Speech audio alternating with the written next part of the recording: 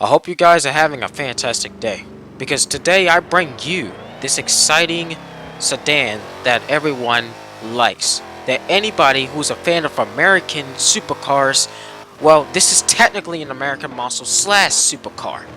It's the most badass sedan in the world. It's the most powerful sedan in the world. It's the meanest looking sedan in the world. You may be thinking this is way too easy, right? Well, this is the 2015 Dodge Charger SRT Hellcat, and it's one of the first models to be released in 2015, and I cannot wait to dive right into the facts and quirks and features about this particular sedan. Now, this sedan is the most powerful and the fastest sedan ever built for this planet. Well, you may be thinking cars like the BMW M5 F90, the Alfa Romeo Quadrifoglio, also the Mercedes-AMG E63, and the Porsche Panamera Turbo, etc. Well, you may be thinking those cars are fast, right? Trust me, they are fast in 0 to 60 time, and the top speed is great, but this car is nerve-wracking, and it beats every sedan that you can name of. I can promise you, straight out the factory, this car is the baddest sedan ever, and it's the fastest and the most powerful sedan ever built for 5 years. And since this car came out in 2015, this car has been fast and is still in production to this day. And there's so many cars that are sharing the same engine with this Charger Hellcat in the later years, like the Grand Cherokee Trackhawk and the Dodge Durango Hellcat, and many more.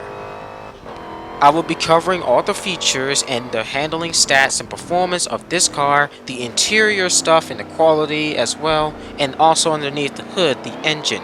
And then we're going to wrap it up, and you're going to listen to this almighty noise of this car. Let's dive right into things. Now, a quick overview of this Dodge Charger Hellcat. So in 2014, Dodge unleashed the name Hellcat for the Dodge Challenger and the Charger. Well, specifically we're talking about the Charger, but when they unleashed the Charger in 2014 for the 2015 model year, they call it the Charger Hellcat. Why? It's because they literally took the 6.2 liter V8 and then stuck the supercharger on top of it, propelling the car to its higher horsepower, making it the most powerful and the most nerve-wracking sedan ever. Well, let me tell you why.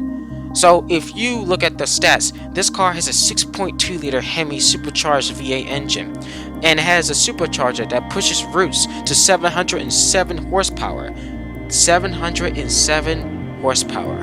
That is fast. And it has 650 pound-feet of torque, and it can go from 0 to 60 in just 3.7 seconds, and it can reach to a top speed of 204 miles per hour, and it can do a quarter mile in just 11.7 seconds at 124 miles per hour. That is insanely quick for a big 4-door sedan with 5 seats. This is basically a muscle car slash ballistic supercar, because this 5-door sedan is the most powerful sedan in the world. No doubt about this car, because this car makes it nerve-wracking, is because this car has a Dodge Charger Hellcat logo in the grille, also the side and the back. When you go inside the interior, you can see, when you start off the engine, you can see the animation of the Dodge Charger Hellcat logo in the gauge cluster, and also on the wheel it says SRT, and that lets people know that you are driving a Hellcat and not just some other Charger like the V6 model or the SRT 392 package or the Dodge Charger GT package, or etc. There's so many trims of Dodge Challenger and Charger, but this car is basically the bigger brother of the Challenger 2-door coupe, and this is the bigger brother of the Challenger. They both share the same engine.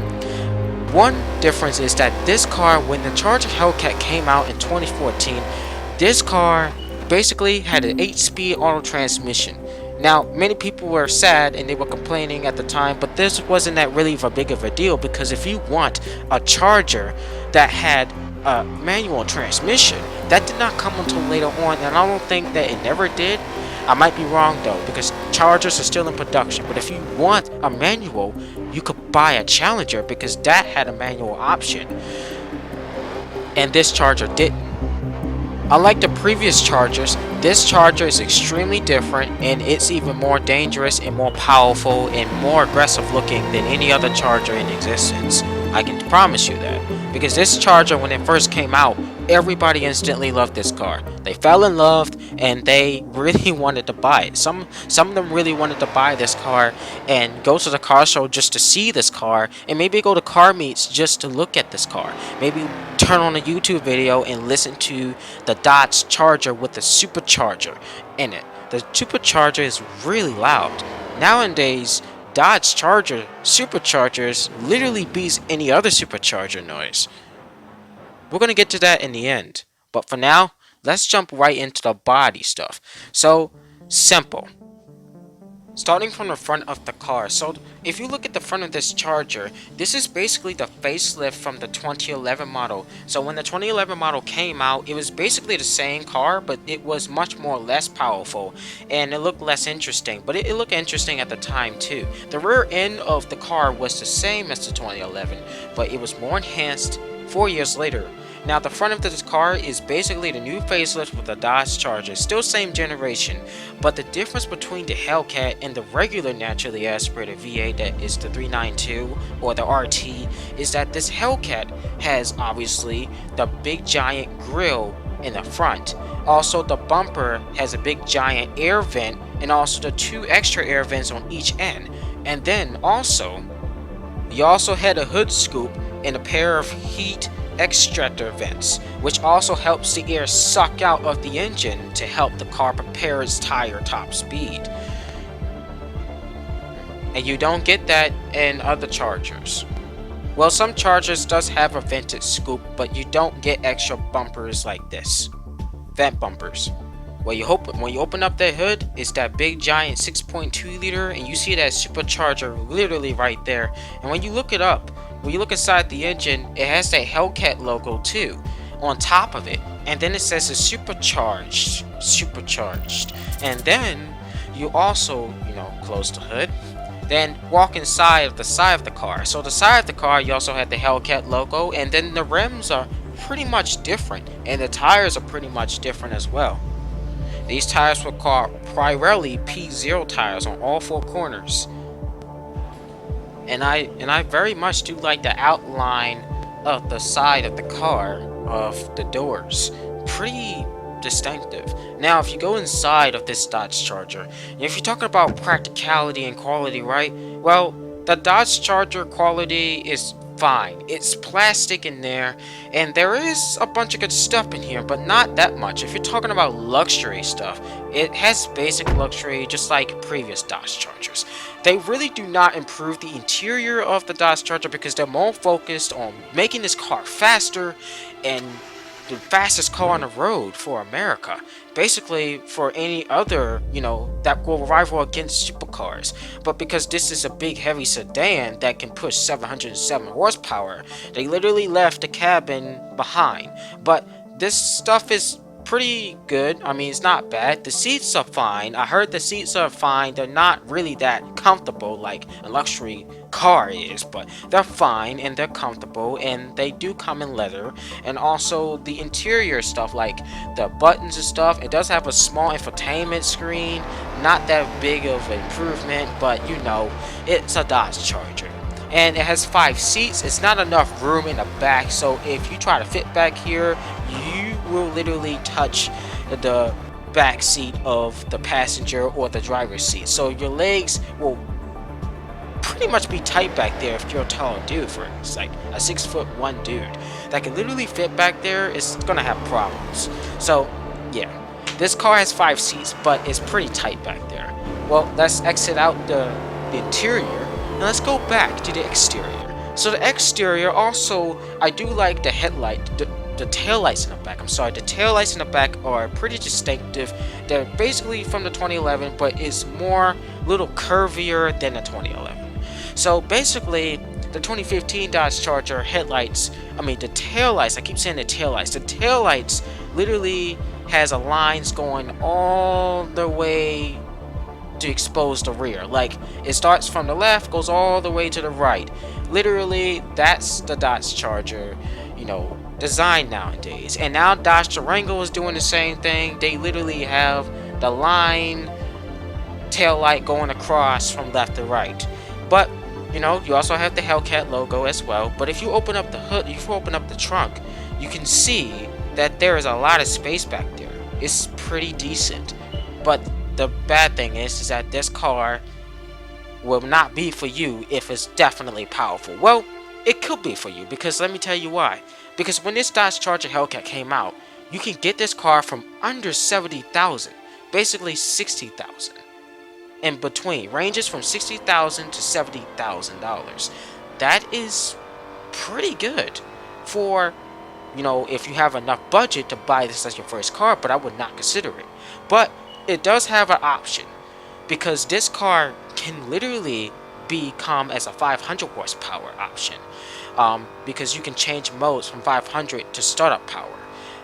But if you want to go full potential power, you can start at 707 horsepower. It can go crazy. But the reason why they have a 500 horsepower mode is because it keeps you from killing yourself. If you don't want this car to spin all four wheels at once and you just kill yourself and just instantly crash into someone. Trust me, this cars like the Dodge Challenger and the Charger can get you in a whole lot of trouble if you go crazy with this car. That's why if you want a Dodge Charger, make sure to know what you're doing and, you know, just start at 500 horsepower mode, because this car literally comes with street, sport, race mode, well, basically track mode. Well, you want to go sport, because if you go sport, it's fine. Street's fine. Race mode, you literally don't have traction control, because that's basically track mode and you don't have traction control at all. So if you really want to go full blast on the track, you can put it in track mode. But if you want to go for a street drive, you want to cruise with your friends, then put it street or sport mode. I would rather drive in sport mode, but you're using more fuel if you drive sport mode, but you still have traction at the end of the day. Meanwhile, this thing has rival against so many cars that tried to beat this car. Well, it has lost a few times, but it's still a beast. It competed with against the Jaguar F-Type, the Nissan GT-R, also the Tesla Model S, and many more. So, that is the review of the Dodge Charger SRT Hellcat, and that was it. So, I will be giving feelings. This car is very aggressive. I like the look of it. The styling is cool. It's not necessarily beautiful because this car was meant to be mean looking, and it looks very aggressive. It's one of the most aggressive muscle slash supercars ever. Well, that's all I have, because this car sounds good and it's fast and I do like it. Now, what are your opinions of this Dodge Charger Hellcat for you American muscle fans out there? Now, without further ado, let's get right into the car and start her up. Alright, getting inside of the Dodge Hellcat, well, the Charger. Put the keys in the ignition. Alright, here you go. Enjoy it.